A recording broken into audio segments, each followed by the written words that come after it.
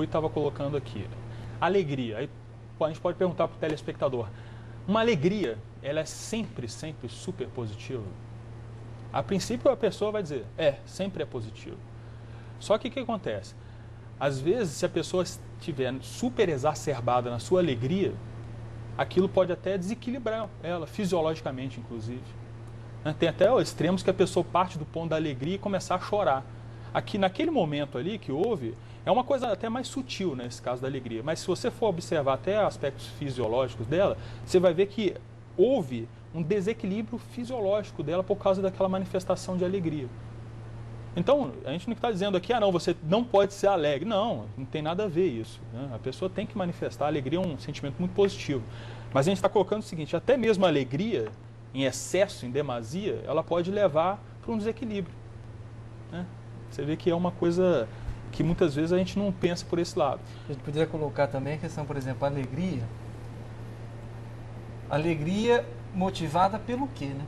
Porque você vê, às vezes, o caso lá do sujeito, o traficante matou o policial e está eufórico com isso, né? Super eufórico. Isso aí. Então, já é patológico pelo motivo da alegria. E tem o aspecto também da própria emoção gerar uma obnubilação, gerar um restringimento. Então, o processo da intenção que motivou aquela emoção e depois a própria emoção sendo um processo que obnubila, restringe o senso de discernimento da pessoa. A emoção, ela tem esse senão, vem, né? Transborda. Ela vem, transborda e restringe a capacidade de análise e de discernimento da pessoa. Então, uma fórmula simples para a gente distinguir emoção de sentimento. Que às vezes você vai no dicionário, é tudo a mesma coisa. Mas na prática não é. Emoção é tudo aquilo que nos escraviza. Nos apodera. Toma posse da gente. Tira o governo próprio. O sentimento não faz isso. O sentimento, ele amplia a capacidade de pensamento da pessoa. Ela consegue sobrepairar mais uma determinada situação em vista do sentimento. Então, emoção escraviza a pessoa. O sentimento não faz isso. Ele amplia, ele amplifica os recursos conscienciais. Então, por exemplo, raiva, rancor, ódio, ressentimento, mágoa, violência. Isso são exemplos de emoções grosseiras. Sentimento. O que seria o sentimento? Seria, por exemplo, amizade desinteressada, o processo de fraternidade, a compaixão bem dosada. Cooperação, né? Cooperação.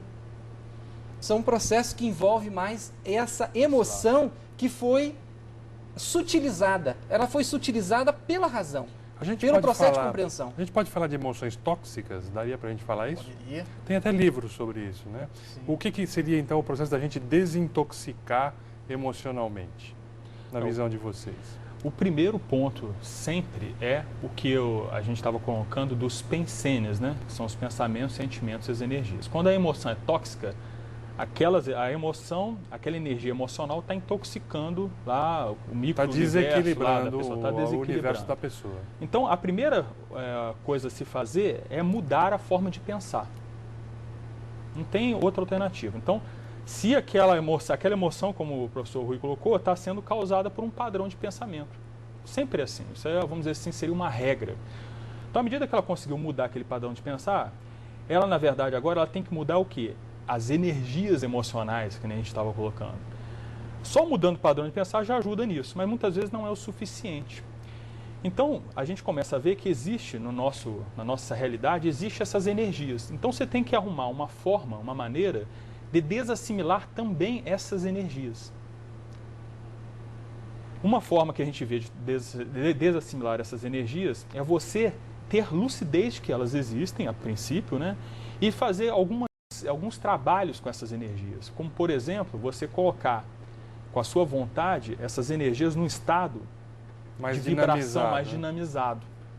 Mas aí com a vontade, a sua atuação do pensamento vai ser direto nas energias. Eu vou dinamizar essas energias com o intuito de higienizar o meu ambiente. Isso aqui. que você está colocando, Max, na realidade, então, o processo mental aí do pensamento, ele vai, além de atuar no componente emocional, ele também pode atuar aí no componente energético. Então, ele tem que estar, de fato, superintendendo aí ou no controle, no comando, todo o processo, não é isso? Exatamente. Uma coisa que a gente não pode esquecer é que, na verdade, esses 3 processos aí, né, energético, emocional e pensamento, eles caminham juntos.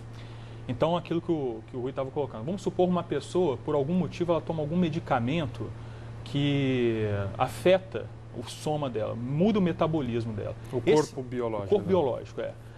Mudando esse metabolismo, vai afetar, inevitavelmente, a parte emocional, a parte energética e a parte mental. Então, você vê, onde começou lá o problema, vamos dizer assim, começou lá no corpo físico. Aquilo que a gente falou, a pessoa, ela ficou com raiva de alguém. Aí ela ficou com raiva, aquilo influencia as energias dela, daqui a pouco influencia a forma de pensar, né? Restringe, né? Ela não consegue, só consegue ver aquilo, às vezes não tem aquelas pessoas que são monoideias, só consegue ver aquele problema ali. Ideia fixa. Ideia fixa, é um negócio das emoções. E daqui a pouco, se isso persistir muito tempo, aí entra aquilo que o Rui falou. Ah, a pessoa tem uma úlcera, né? Porque ficou com tem câncer até. Algumas pessoas, algumas pesquisas até já estão dizendo que o próprio câncer é psicossomático. Aí, por outro lado, a questão do pensar errado, né? Aí o pensar errado leva, né, para todas as emoções funcionais. E as energias, que é aquele negócio do acoplamento que a gente falou. Daqui a pouco você acopla, vamos dizer, você convive com uma pessoa que é muito desequilibrada emocionalmente. Você sabe que ela é. Avalia se você, quando está perto dela, como você se sente. Pode ser um amigo seu. Como você se sente durante o período que você fica junto com ele. Por exemplo, no trabalho, assim, ó, nós estamos aqui numa mesa, né?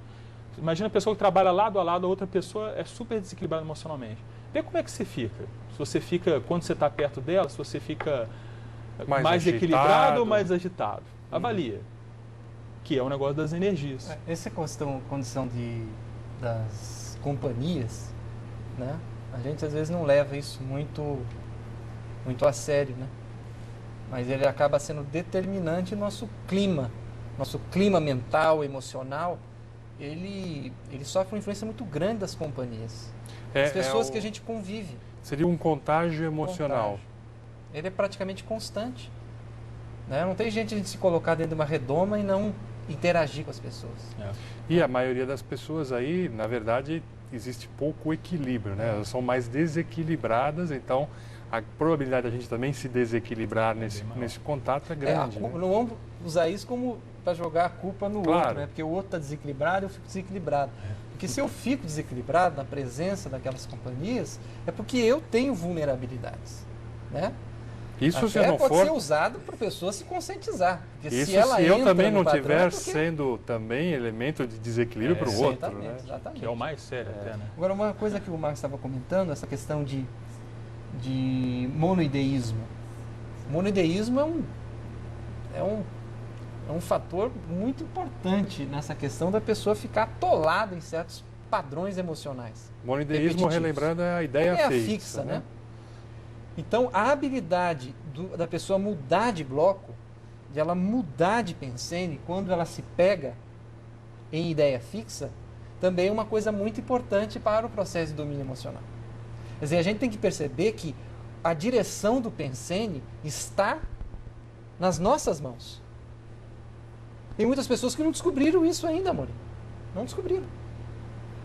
Ela acha que ela é determinada. O fluxo pensênico dela, o fluxo de pensamento e sentimento é determinado. Ela não autodetermina aquilo. Né? Então, perceber que está nas suas mãos a direção que você dá para o seu próprio pensamento. E essa mudança do pensamento vai provocar uma alteração.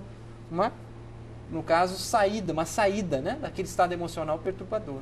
Esse é um aspecto prático que fica aí, então, para a pessoa que nos assiste aí em casa, que se você quer ter um domínio emocional maior, você tem que determinar também qual o pensamento seu, né? Você vai dar a direção do seu pensamento, né? Logo após...